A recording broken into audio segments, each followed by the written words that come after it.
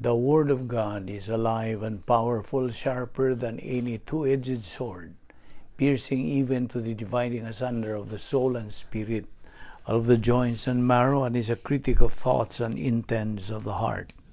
All Scripture is God-breathed and is profitable for doctrine, for reproof, for correction, for instruction in righteousness, that the man of God might be mature, thoroughly furnished unto all good works. Study to show thyself approved unto God, a workman that needeth not to be ashamed, rightly dividing the word of truth.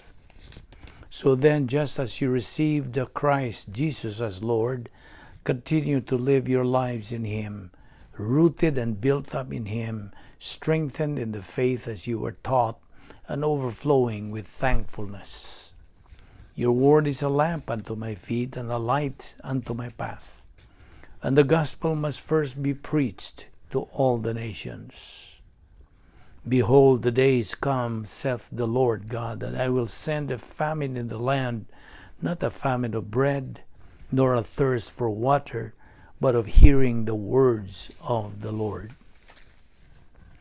My son, do not forget my teaching, but let your heart keep my commandments. For length of days and years of life and peace, they will add to you. How happy are those who hear the word of God and obey it. But be ye doers of the word, and not hearers only, deceiving yourselves. And my people who are called by my name humble themselves and pray, and seek my face, and turn from their wicked ways, then I will hear from heaven, will forgive their sin, and will heal their land. Do not store up treasures, or for yourselves treasures on earth, where moth and rust destroy, and where thieves break in and steal. But store up for yourselves treasures in heaven, where neither moth nor rust destroys, and where thieves do not break in or steal. For where your treasure is, there your heart will be also. The next few moments are devoted to silent prayer. You have the privacy of your priesthood, the option of rebound, makapili ka sa paghingalan sa imong mga sala, kung gikinahanglan man, to ensure the filling of the Spirit, alang sa imong pagsabot o pagtuo, pagkaton pagtuo sa pulong sa Dios. You also have the opportunity of blotting everything else out, except ang imong pagtutok, pagpunting sa imong huna-huna on the teaching of the Word of God. Kung alang kanimo higala, na wala pa'y kaluwasan, tumuo ka kang Ginoong Hesus o ikaw maluwas. Therefore, sa hilom, mag-andam ta sa itong kaugalingon.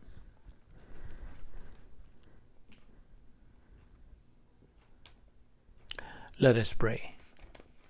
Most gracious Heavenly Father, we thank Thee for the privilege of being sustained logistically in this devil's world, and for the privilege and the opportunity of fulfilling the most exciting and unusual plan of all human history. We are grateful, Father, that we live in the church age and in no other dispensation, where we have been given so much, and where the significance of the ordinary believer is beyond measure. We now pray that God the Holy Spirit will challenge us regarding the things that we are going to take up, for we ask it in Christ's name. Amen. Mayong adlaw kaninyong tanan mga suki sa atong Bible study through the YouTube, o aniyan sab kita. Kung tanan magpasalamat sa Dios sa iyang paglugway pa sa atong kinabuhi, ang tunihigayuna, di mailan nga siya napay plano sa tagsa na to kakinabuhi. Kung niining adlaw, magapadayon kita sa pagtuon siyang pulong, kining tanan grasya. Unas tanan, kining atong giduputan nga pagtulunan, giuluhan og the dynamic spiritual life of believers. Ang mabulukon, kulbay hinam, og labing manindot, labing maayo nga espirituhanong kinabuhi sa mga magtotoo. So, padayon kita sa atong paghisgot ni unas tanan. Agi sa paglabas sa atong panumduman nga ani ang mga matuod gyud nga mga ingnon ta yawi alang sa kalampusan sa kinabuhi. Real keys of success in life, to be a winner. Mo man kini atong objective nga kita mahimong mananaog ingon nga mga anak sa Dios.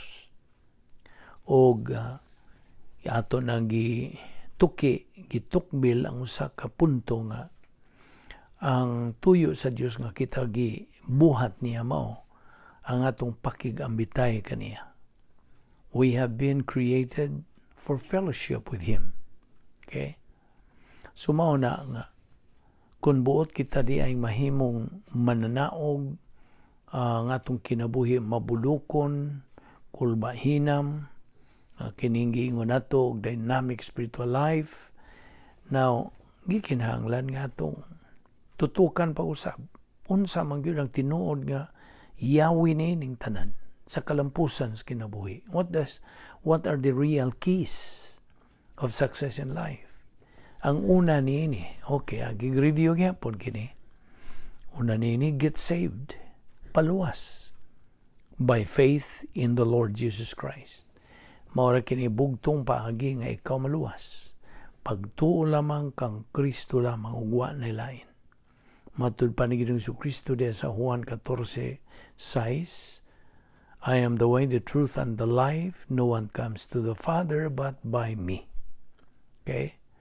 Kaya kung anaa kay kamaturan, imo ka nang gigunitan o imo ka nang gituuhan sa pagsulti sa Dios sa iyang pulong, tumuo ka kang Ginoong Hesus o ikaw maluwas, then ikaw luwas. Mao ka na ang pasalig sa Dios, garantisado nga pasalig, dili siya mamakak. Busa, pinagi lamang sa pagtuo nimo kang Ginoong Hesukristo. Diha sa Juan 3:3 ug 3:7, ang pulong sa Dios na ingon usab nga unsa, gawas ko ng tao magpakatao pag-usab, dili siya makakita sa ginharian sa Dios. So, mao ka na ang una. That's the first key to success. Mao ka na pagsud nimo niya ng dalan ngadto sa unsa, heading towards your objective, which is to be a winner. Okay? So get saved.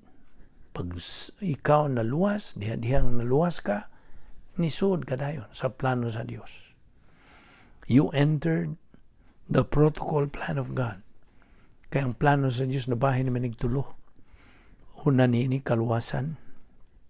Ikaduha, ang imo ng kinabuhi din sa yuta ingon nga anak sa Dios, believer in time. O diha sa pagka believer in time nimo, gimanduan ka sa Dios sa iyang pulong. Grow in grace and in the knowledge of our Lord and Savior Jesus Christ. 2 Peter 3:18. So, patubuon ta o kita na ibaw na nga naitulo sa ka spiritual growth, level spiritual growth. Level 1, baby believer. Level 2, adolescent believer. Level 3, spiritual maturity. So, nagtubo ka na diha sa imong pagtuon sa pulong sa Diyos sa adlaw-adlaw. And then, number 3, prioritize God's Word. Himuha nga imong pasiuna. Number 1 sa imong kinabuhi, ang pulong sa Diyos. Ikaupat, ipahaluna, organize your life. Ipahiluna, himo ang hapsay, ang imong kinabuhi around God's Word. Hinumdumi, kadtong 7 ka, unom ka mga requirements aron ikaw makatuman nini to organize your life. Number 1 is himo ang pagtuon sa pulong sa Dios nga batasan na. Routine. Make it as a routine. Batasan na ang pagtuon sa pulong sa Diyos. Number 2, ipahapsay, ipahiluna ang imong kinabuhi. Sunod, ayaw nagbuhi ka ng imong matuod gyud nga kanang timbangan, kanang true scale of values. Nga maong kana ang tukma gyud nga og husto nga pasiuna nga maong pulong sa Dios. True scale of values. And then number 4, himoa ang mga desisyon nimo diha sa unsa position of strength. Sud sa position of strength, which is otherwise called operational divine dynasphere. Okay? Og unsa sunod? Ang imong pagkamalawtayon, imong pagkamakugihon, pagkamapadinayunon sa pagtuon sa pulong sa Dios. Okay? Ang kalima, gamitan na ang napulo ka mga paagis pagsulbad sa mga suliran.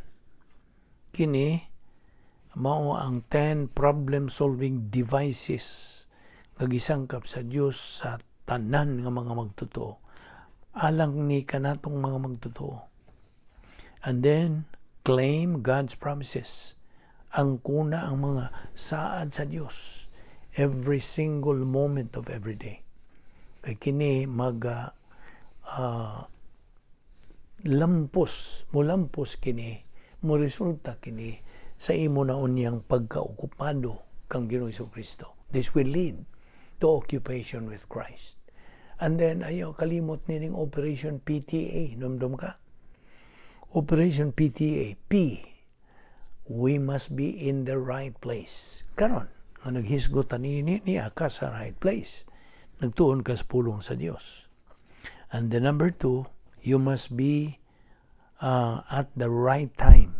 This is the right time nga magtuon ka sa pulong sa Dios. Ug ang ikatulo, you must have the right attitude. Ang imong pagtagad sa pulong sa Dios nga positibo, mainiton, mahigugmaon ka sa pulong sa Dios. Operation PTA. Unya, be aware nga ang imo karong station in life mao kana ang full-time Christian service. Hain ka man maymutang, hain ka man magtrabaho, hain ka man i-destino sa imong kompanya o gunsa, bisan gani ang imong ubos lang nga karira o trabaho nimo. Maybe you're just a janitor of a company, or you may be the CEO of the company. Okay? Kay kanang imong station in life karon gituyo na sa Dios nga ibutang ka diha. God has a purpose why He placed you there. And that station in life you are in is supposed to be your full-time Christian service. And then, number 9, you have to do things as unto the Lord. Himuon ang tanan nga mga buluhaton nimo, mga tulumanon nimo, as unto the Lord.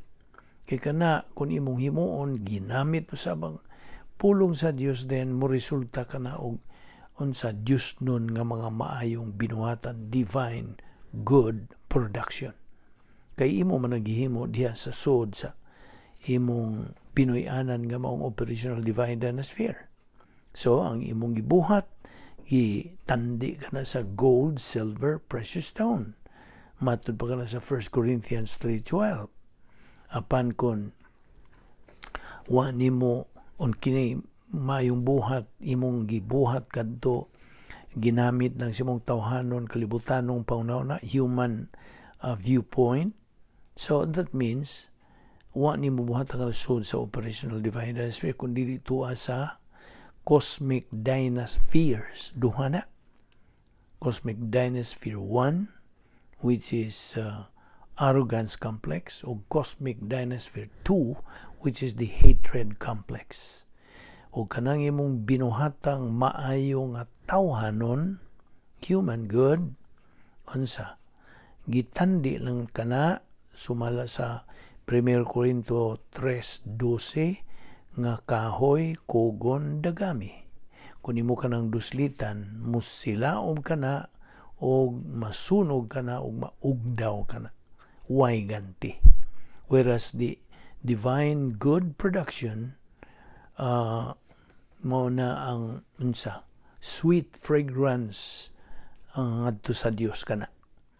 Apan kadtong human good, dead works, patay nga mga binuhatan. Kasabot ka? Sumaw ka na ang pagpatinaw diya sa 1 Corinthians 3:12. And then number 10, ayaw kalimot.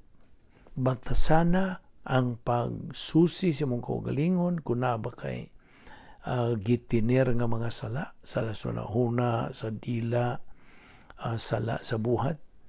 Confess every sin you commit. Isugid ka na. Kana pagtuman sa 1 John 1:9. Flush them out from your soul. Okay? Flush them out. Ayaw yung pagtinir niya na. Otherwise, adto ka mo puyo dito sa dapit nga may gahom ni Satanas, which I don't think you can afford. So mo na nga 1 John 1:9 nagaingon man sa in English, if we confess our sins, He is faithful. God is faithful and just to forgive us our sins and to cleanse us from all unrighteousness. Number 11, batasana na karon sa pagpahulay diha sa Dios, diha sa Ginoo. Di kini mo nagitawag otherwise as faith rest life. Unsa maning faith rest life? Well, faith o rest na ay pagtuo kini nga nagdala og kapahulayan. Okay? Kinabuhi kini nga may pagtuo nga nagdala og pahulay. Operation CTR. C, claim a promise. T, think of what God can do to your problem. R, relax because God is in control. And then number 12, maintain humility. Pagpabilin sa pagbaton niya ng pagkamapaubsanon or grace orientation. Ikaw na hiluna na sa grasya. Okay?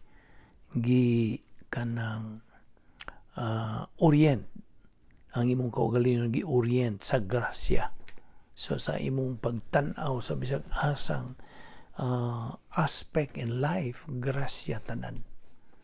Iyaha sa Dios. And then number 13, resist evil. Sukli ang kadautan. So mo itong gingon nga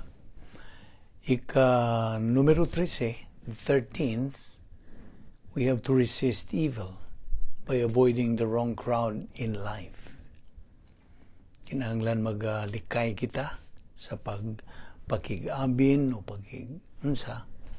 associate sa mga wrong crowd in life. Kay they might influence it in a negative way. Resist evil. Mao na ang punto diha. O kung man ta moingon nga evil gid sila pan nga mo avoid na lang gyud kag pakig-abin gyud totally. Ang but pasabot, just use your discernment nga dili ka ma-influensya nila. So that's number 13. Number 14, Operation VOG, Viewpoint Will of God, operational will of God, and then geographical will of God. And then number 15, be always guided by the doctrine of volitional responsibility. Nya, mao kining mga butanga atong gisgutan. Every now and then, be conscious of the doctrine of eternal security.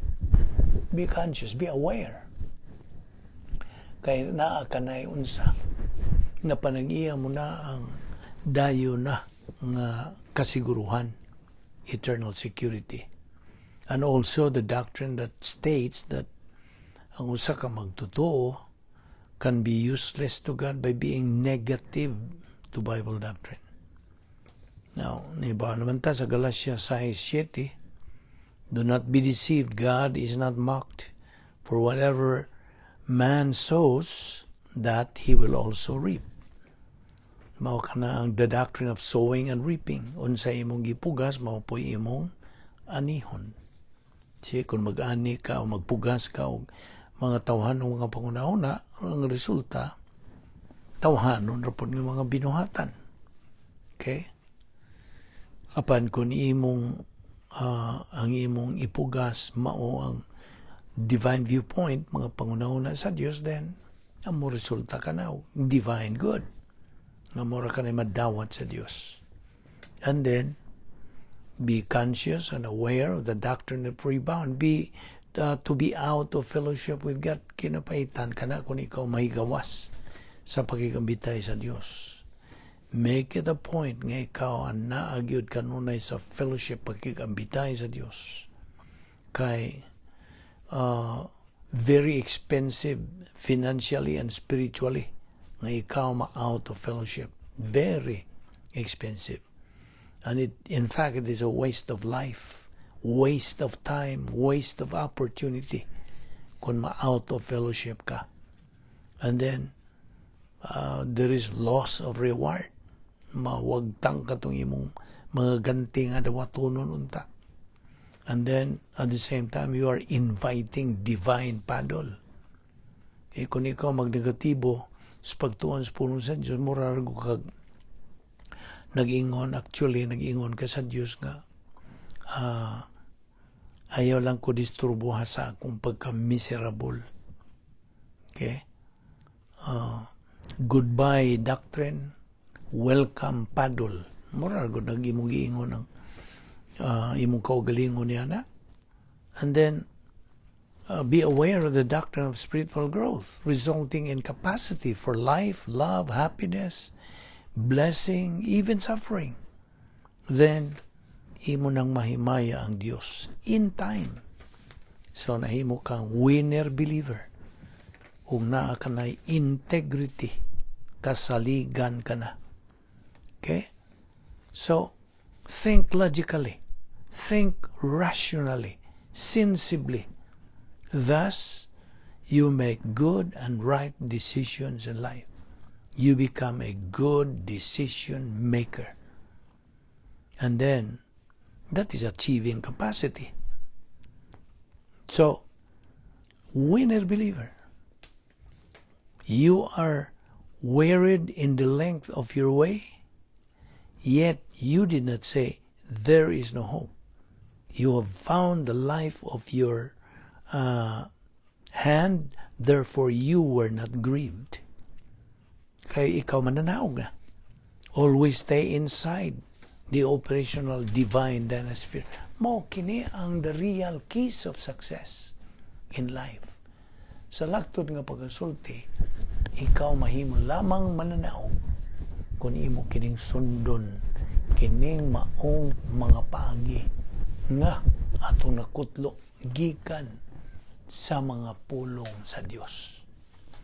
O ayaw na gyud kini pang kalimting ang kamayungdanon sa pangunahuna sa Dios. The divine viewpoint, the thoughts of God, the mind of Christ. Now, that di ba mando, okay, ablihin ang iyong Biblia, Roma 12:2. Kung sa gisulti sa Roma, Kapitulo 12, versikulo 2, sa in English, nagaingon kini, do not be conformed to the world. Do not be conformed to this world, but be ye transformed by the renewing of your mind. In other words, renovate your thinking. Bag-uha. Do not be conformed to this world. Binagi sa imong tawhanon, mga kalibutan, mga pangunahuna. Noon sa may buot pagsabot, niining renovating our thinking with divine viewpoint. Okay. Naipipila ka punto nga akong dandon diyan nimo. Number 1, only by renovating your thinking can you develop a spiritual self-esteem. Nilabing tinuon. Dili ka makaugmad sa imong spiritual self-esteem. Hinumdum ka? Spiritual self-esteem, mao ka ito nag-una sa three spiritual skills. Ang una, spiritual self-esteem, spiritual autonomy, o ang spiritual maturity. So, pinagi lamang nining imong pagbag-o sa imong pangunahuna nga imong maugmad kining imong spiritual self-esteem. Romans 12:2. Ikaduha, that is where your self-worth is inseparably united ngadto sa hunahuna ni Kristo. 1 Corinthians 2:16. Okay? That is where your self-worth is inseparably united with the mind of Christ in you. Number 3, with Bible doctrine, uban sa pulong sa Diyos, you have a self-confidence in your soul. Na nakay pagsalig sa imong kaugalingon diha sa imong kalag. Gumikan sa pulong sa Diyos nga naa na diha pundo na diha sa imong kalag. Number 4, without doctrine, you have subjective self-love based on nothing more than human accomplishment and failure. Kung why doktrina, anaa lamang kanya ng subjective self-love, imong kaugalingon ra gyud imong gitutukan, nga gibasihan ang nothing more than human accomplishment. Ang imo ra yung mga tinawhanon, mga tawhanong, mga kanang kalampusan o kapakyasan. Mura na imong basihan. Number 5, what does spiritual self-esteem give you? Unsa may ikahatag sa spiritual self-esteem diha kanimo? How do you deride it? With spiritual self-esteem, you see, you are convinced, you have confidence that you have a place in the plan of God. What a difference. Dako yung diferensya. Na nagukay bahin diha sa plano sa Dios. Mao ka na ang makahantag kanimo unsa spiritual self-esteem developed in you. Okay? Ay kumbinsido ka na. Ikaw kanang nanakay kasiguruhan, kaligunan nga ikaw ana ay dapit diha sa plano sa Dios. What a difference. Number 6, diha sa plano sa Dios, in God's plan, neither human failure nor success is the criterion for self-esteem. That is a major breakthrough. Diha sa plano sa Dios, dili na nungka ang imong tawhanong mga kapakyasan or kalampusan mao'y criterion, mao kanay basihan o criterion for self-esteem. That is a major breakthrough, mga tulpanini. Number 7, spiritual self-esteem is your position in Christ. Muna ka na imong kahimtang diha ni Kristo. You are a son of God, a child of God. John 1:12. Number 8, if God holds us dear, and He does, it's the basis for our spiritual self-esteem. Now, paminaw, the same love, maura gihapong gugma, nga ang Dios may pakita ngadto sa iyang bugtong anak, mao kana usab ang the same love that God loves you. Did you hear that right? I will repeat. The same love that God loves His Son, the Lord Jesus Christ, that's the same love that God loves you. Di ako na. Unsa ka may nung danon kining gugma sa Dios kanimo? Ugwa lang nimo kana panumbalinga. You see? Unsa ka kanindot nga imong unsa masinati kana nga unsa kat kainit sa gugma sa Dios nganha kanimo. Now, yes, in John 3:35, God the Father loves His Son, loves the Son. Kining maong analogy defines the love that the Father has for the Son within the sphere of God's infinite capacity and capability. Kaya ang iyang anak is His co-equal in every way, even though He has condescended to become human. You see? Busa, ang Diyos nga Amahan nagahigugma the absolute person of His Son just as He loves Himself. Ang anak, Diyos nga anak, is just as perfect in His righteousness as the Father. Parihara, managsamara ang ilang pagkamatarong, hingpit nga pagkamakatarungan, pagkamatarong, righteousness. Silang duha contained absolute righteousness even though the Son is fully human. Anong ka sa hypostatic union ni Ginoong Jesucristo? Perfect man, perfect God. See? 100% man, human, 100% God. Ano na hypostatic union ni Ginoong Jesucristo? Ang iyang human essence is flawless. Why sayop? Why mancha? Okay? Possessing the same inherent perfect righteousness. Hingpit nga pagkamatarong. Ug way kompromiso ni ining kinaiya sa Dios nga Amahan. There is no compromise of the essence of God the Father in personally loving the humanity of His Son, who is perfect righteousness. See, nakita nimo?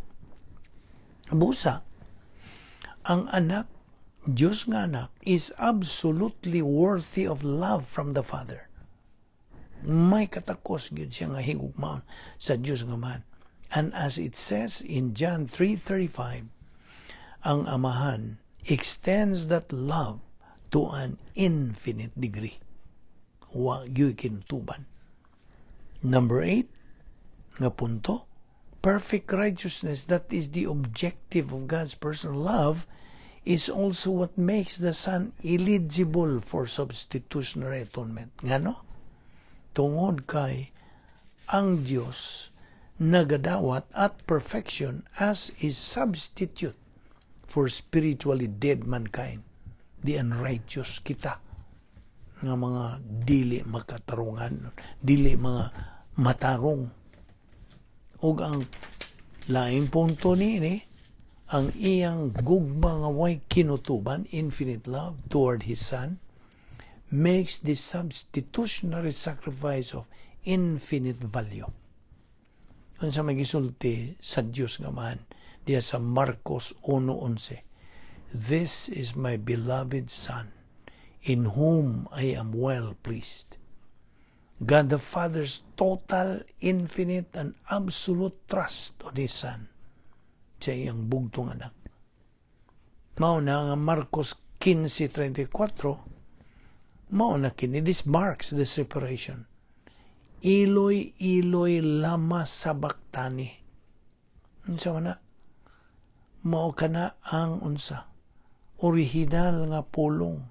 Apan sa Griego nga pulong, ang Dios nga anak nagasulti samtang dito nagabitay sa cross. Teimo hinanti mi igkatilipis. Why hast thou forsaken me? Ang Amahan completely turned His back on His Son. Now, okay, kinibahin kini sa kalwasan. Atong kalwasan nga mga katawhan. Daghang mga tao karong panahon na when they hear the gospel of faith alone in Christ alone, and they say this is easy believism. Diba? Ato naninggi hisgutan.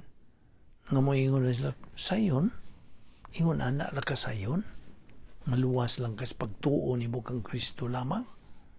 Now, our belief is of infinite value in the eyes of God. Ngano man. Tungod kay it is acknowledgement of the overwhelming sacrifice of His Son. Pag ilan nato sa overwhelming nga sakripisyo sa iyang bugtong anak, mao'y hinungdan, it is so important because it is of infinite value. Wa gyoy unsa makatandi sa kabililhon niya na. Our belief in non-meritorious or is non-meritorious. Nga naman, tungod kay the sacrifice stands alone without human works. Wa magagad tawhan ng mga binuhatan. Now that you understand what God the Father and God the Son did, nasayod ka na, nahibawan na nimo, imong nasabtan, you understand that it cannot be added to, only accept it. Dili na madugangan, makuhaan, only accept it. He who believes in the Son, unsa, has eternal life. John 3:36. It's a matter of accepting what happened. You see? Only the Son of God is the means of receiving eternal life for any person who expresses faith alone in Christ alone. Ang Diyos nga anak lamang mao ipaagi sa pagdawat o kinabuhing wala ni katapusan alang sa bisag kinsa nga mutuo lamang kang Kristo lamang. He who believes in the Son has life. He who does not obey to believe in the Son does not have life, but the wrath of God abideth on him. Mao na giingon og kung ikaw dili mo tuo, then mao ka na giingon og apitheo, meaning disobedience. Disobedience. Unsa may disobedience? Why pagsunod? Why pagtuman? Matinumanos iyang gusto. Now, there are points of disobedience I would like to point out. Diha sa konteksto, diha sa John 3:36, in the context, this is willful disobedience. Kinabubuton gyud niyang pagsupak, pagsupil. Willful disobedience to what? Willful disobedience to the first phrase, requiring unsa? Pagtuo sa anak alang sa kinabuhing wala ni katapusan. Disobedience is to disbelieve, to not believe. Sa laing pagkasulti, to be an unbeliever nga dili fruit-bearing. Okay? Now, kini ang usa ka tawo who rejects the work of the Son, His substitutionary spiritual atonement, which any person must do for eternal life. Ang usa ka dili magtutuo cannot have eternal life without accomplishing non-meritoriously sa unang phrase of John 3:36. Kung sa unang phrase, hugpong sa mga pulong, he who believes in the Son has life. Mora ang makapanag-iya sa eternal life. A grammatical point, apitheo. Apitheo is undoubtedly a verb that it is used here as a participle, a verbal noun or adjective, and kung sa may bot pasabot yan. Kaya ang mga adjectives God modify something, di ba?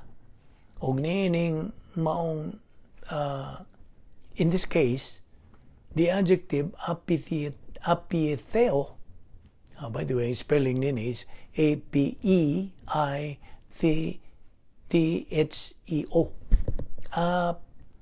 apitheo. Kini nagmodify sa usa ka pronoun nga he. the person who disobeys the mandate to believe in the Son. Now, laing punto, meno. Ang meno, M-E-N-O, to remain. A person who disobeys remains under the wrath of God. Sa kapungot sa Diyos. Kung ang usa ka tao mamatay, ubos ni ining maong kahimtang under this condition, he is not only eternally separated from God, di kay na himulag siya hangtod, kundili, he encounters a physical consequence in that separation. And that consequence includes what Revelation 20:12-15 describes unsa? A lake of fire. Ang linaw sa kalayo. Okay? Mao kini nga gikinahanglan natong hinumduman kini agi gihapon ni og radio. Unsa ka mayong danon kining gisulti niya sa John 3:36. Disobedience. O kini, naibaw na ka, nga, well, ang mga tao karong panahon na, daghan gyud ang dili gihapon mo dawat. It's a matter of choice. Sila ra gyud ang giagad sa Dios. Gihatagan na kita siyang gigasahan kita hatag og kaugalingong kabubuton, volition, ipagamit ka na, mo dawat ka ba o mo salikway ka ba? You see? Natay kagawasan. But with that freedom lagi goes responsibility. Umao nga, klaro kayo, nga kung dili ka mo dawat sa maing balita sa kaluwasan, gumikan sa labihang kagdakong gugma sa Dios nganhi ka nato, apan imo ka nang isalikway, then dili na ka na unsa mausab. Unsa isulti sa Dios, mauragad na. Whether you accept it or reject it. Ikaw ra gyud ang giagad. Apan aniya kung ibilin kanimong pulong sa Dios diha sa Mateo 12:31 ngadto 32 nga nagaingon sa in English, wherefore I say unto you, all manner of evil and blasphemy shall be forgiven unto men, but the blasphemy against the Holy Spirit it shall not be forgiven unto men. And whosoever speaketh against the Son of Man shall be forgiven him. But whosoever speaketh against the Holy Spirit is not forgiven him, neither in this world, neither in the world to come. Watay mahimo niya na. Mao ka na ang ginganlan og unpardonable sin. Disobedience. So ato kining ipadayon sa sunod gayon, ato lang ning gibilin kanimo nga ang atong topic, the dynamic spiritual life of believers, magpadayon kini. Taod-taod pa kini kay daghan pa kayong mga punto nga atong dadon diya kanimo nga sarang natong maunsa mapundoh matibuok alang sa atong paggamit sa dawadlong panginabuhing Kristohanon. Aron kita makakabot gayon ni anang atong tumong nga maong pagkahamtong spirituhanon ana natay katakos sa paghigugma, sa pagkinabuhi, okay? Capacity for life, capacity for love, capacity for blessings. Atong mahimaya na ang Diyos sa diha nga makakabot ta niya ng maong ang o stage of spiritual maturity. Magampo ta. Bala na mga Diyos, nagpasalamat kami kanimo sa makausapa sa imong pagdugang o hatag o kamatuoran gikan sa imong hustisya. Salamat o Diyos sa imong pagkamatinumanon sa imong mga saad. Lig-una kami kanunay sa pagbarog sa imong kamaturan, paggamit din sa mga adlaw-adlaw panginabuhi, paggamit din sa eksperyensya sa mong kinabuhi, aron kami magmadinaugon diha sa mga tubangan o kami makakabuot gayod ni anang pagka-invisible hero o pagkabot niya ng pleroma stage nga diin ana ang kulba hinam ng mabulokon, thrilling, adventurous, sophisticated, unique, fantastic life nga among matagamtaman.